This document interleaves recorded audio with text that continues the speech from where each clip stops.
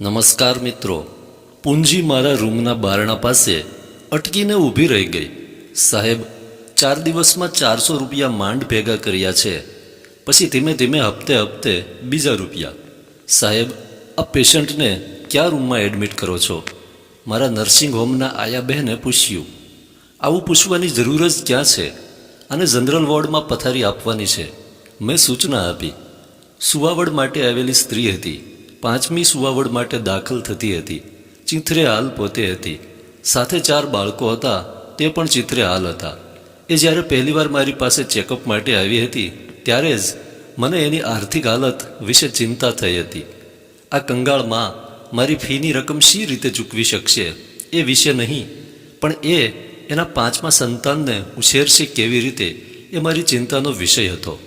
મેં ડિલિવરીની ફી લેખે લઘુત્તમ આંકડો એને શરૂઆતમાં જ જણાવી દીધો હતો. સરકારની ચિરંજીવી યોજના અંતર્ગત નિર્ધારિત કરવામાં આવેલા આંકડા કરતાં પણ એ રકમ નાની હતી. માટે આ પેશન્ટને જનરલ વોર્ડ સિવાય બીજા કોઈ રૂમમાં એડમિટ કરવાનો સવાલ જ ઊભો થતો ન હતો. ખાસ સગવડ કે સુવિધાનો ભાર એ કેવી રીતે ઉપાડી શકવાની હતી? એને સ્પેશિયલ રૂમ ન આપી શકવા માટેનું બીજું એક કારણ પણ હતું. એ દિવસોમાં મેં આદિવાસી બાળકો માટે ઉપયોગી ચીજ વસ્તુઓ ભેગી કરવાનું અભિયાન આદર્યું હતું. રાજપીપળાના જંગલમાં બાપરજી નામના એક વૃદ્ધ જનસેવક 175 જેટલા આદિવાસી વિદ્યાર્થીઓને નર્જીન જંગલની વચ્ચે પોતાની પાંખમાં લઈને બેઠેલા હતા. મેં એ વાલ્મીકી આશ્રમની જાત મુલાકાત લઈને એક સભાગૃહમાં મદદ માટેની ટહેલ નાખી હતી. વધારે તો શું કહ્યું હોય, રૂંધાતા ગળે આટલું હું માંડ બોલી શક્યો હતો.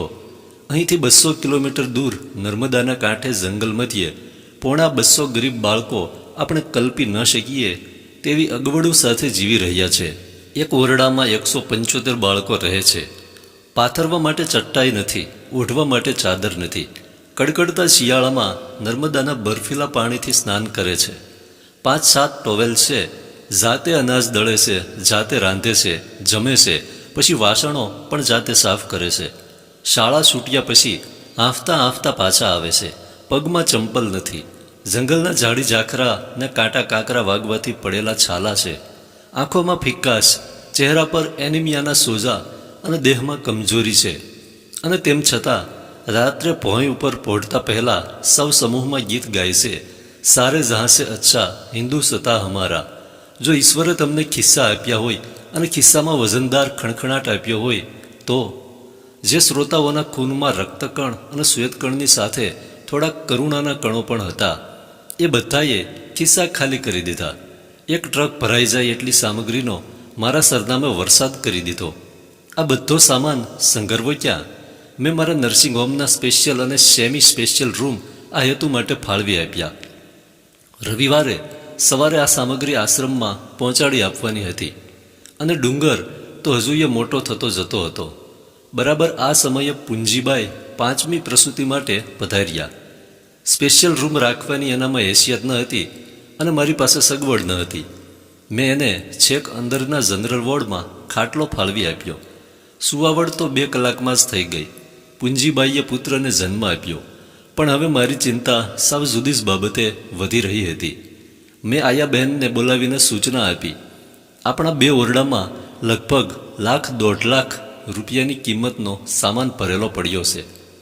એમાં 500 કિલોગ્રામ ઘઉં, 500 કિલોગ્રામ ચોખા, બાજરો, તુવેરની દાળ, 6 જાતના કઠોળ, નાહવાના સાબુની પેટીઓ, વોશિંગ પાવડરની કોથળીઓ, આ બધું તો છે જ, પણ 250થી 300 જોડી કપડાં પણ છે.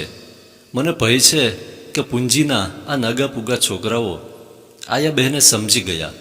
દોડીને બંને ઓરડા પર તાળા મારી આવ્યા. હવે મારો કોઠાર સુરક્ષિત હતો. હું વિચારી રહ્યો, મેં જે કર્યું તે ઠીક જ કર્યું છે.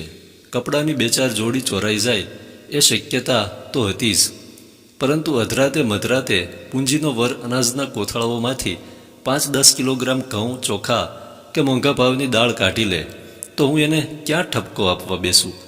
અને ઠપકો આપવા માટે મારી પાસે પુરાવો કે સાક્ષી તો હોવા જોઈએ ને. લોકો આવીએ જતા હતા અને દાન આપીએ જતા હતા. એક દાતા દરેક બાળક માટે 1 લેખે પોણા 200 ટોવેલ આપી ગયા. તદ્દન નવા નકોર. 3 દાતાઓએ ભેગા મળીને 10 ડબ્બા સિંગ તેલના મોકલી આપ્યા. સુરતના એક વેપારીએ તમામ બાળકો માટે સારી ક્વોલિટીના ચંપલ મોકલી આપ્યા. આમને આમ શનિવારની સાંજ પડી ગઈ. બીજે દિવસે રવિવારે મારે જાતે આ બધી વસ્તુઓ આશ્રમમાં લઈ જવી એવું નક્કી થયું. મેં પૂંજીના ધણીને મારા કન્સલ્ટિંગ રૂમમાં બોલાવ્યો. એને કહી દીધું, ભાઈ, પૂંજીને આજે રજા આપવાની છે. સામાન્ય રીતે નોર્મલ ડિલિવરી થઈ હોય ત્યારે અમે પેશન્ટને આટલા બધા દિવસ સુધી દવાખાનામાં રહેવા દેતા નથી. છતાં મને લાગ્યું કે તારી ઝૂંપડીમાં પૂંજીનું આરોગ્ય નહીં સચવાય, માટે મેં એને રહેવા દીધી. એને એકલીને નહીં, તારા 4 છોકરાઓને પણ દવાખાનામાં રહેવા દીધા. પણ આજે તમારે જવું પડશે. સાહેબ, તમારી વાત સાવ સાચી છે. તમારો પાડ માનીએ. સાહેબ, બિલ બનાવી આપો. એટલે પૂંજીનો વર બોલ્યો. હું ચીડાયો. બિલ બનાવવા બેસીશ તો તું રડવા માંડીશ.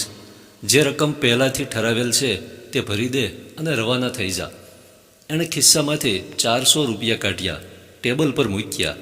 મેં પૂછ્યું, આ શું છે? એ રડી પડ્યો. સાહેબ, હું જાણું છું કે ઠરાવેલી રકમ કરતાં આ રૂપિયા બહુ ઓછા છે, પણ શું કરું? આ વૈશાખ મહિનાના તાપમાં બપોરે 1 થી 4 વાગ્યાની વચ્ચે મને કોઈ મજૂરીનું કામ નથી મળતું. ઉઘાડા પગે તાપમાં હાથ લારી ખેંચીને મરવા જેવો થઈ જાઉં છું. 4 દિવસમાં 400 રૂપિયા માંડ ભેગા કર્યા છે. અત્યાર પૂરતા તો આટલા જમા કરી દો, પછી ધીમે ધીમે હપ્તે બીજા રૂપિયા. એના અવાજમાં જે ભીનાશ હતી એ કદાચ એની આંખોની ભીનાશ કરતાં અનેક ગણી વધારે હતી. કોઈ પણ માણસ દ્રવી જાય. હું પણ એનાથી કોરો ન રહી શક્યો. મેં 400 રૂપિયા સ્વીકારી લીધા. એ ગયો. પૂંજીને પથારીમાંથી ઊભી કરી દાંપત્યની ડાળી ઉપર ઉગેલા કુમળા પુષ્પને હાથમાં લીધું. ફાટેલી થેલી, ગાભા જેવી ગોદડી અને ઠોચરા જેવા થાળી વાટક્યા લઈને એ 7 જીવનનો સમૂહ બહાર નીકળ્યો. મારા કન્સલ્ટિંગ રૂમ પાસેથી પસાર થઈને જ એ લોકો બહાર જઈ શકતા હતા. પૂંજી મારા રૂમના બારણા પાસે અટકીને ઊભી રહી ગઈ. બોલી ઉઠી, સાહેબ, 2 મિનિટ માટે અંદર આવું? આવને બહેન. સાહેબ, 4 દીથી હું જોયા કરું છું. તમારા દવાખાનામાં માણસો આવે છે ને જાત જાતની વસ્તુ આપી જાય છે. મને જાણવા મળ્યું કે તમે દૂર જંગલના કોઈ આશ્રમમાં ગરીબ આદિવાસી છોકરાઓ હાટું કપડાં લતા ને અનાજ તેલ ઉઘરાવો છો. સાહેબ, હું સાવ ગરીબ છું. મારી પાસે અનાજ તેલ તો નથી, પણ જો તમે આ પાડો તો 2 જોડી કપડાં છે. ના ન પાડતા સાહેબ. જરીકે ફાટેલા નથી. આ મારા મોટા છોકરા હાટું નવા જ સીવડાવ્યા છે, વાર તહેવારે પહેરવા હાટું. મારા છોકરાઓ તો ઉઘાડા ફરીને ટેવાઈ ગયા છે સાહેબ. પણ એ બિચારા ભણતા હોય એને તમે જો હા પાડો તો હમણાં જ મારો ધણી ઘરેથી લઈ આવે. હું શું બોલું? જો ગળું સાથ આપતું હોત તો મારે પણ એને કહેવું હતું, પૂંજી બાકીનું બિલ આપવા માટે ન આવતી. તું પૂંજી નથી, પણ પૂજાને યોગ્ય છે. ધન્યવાદ.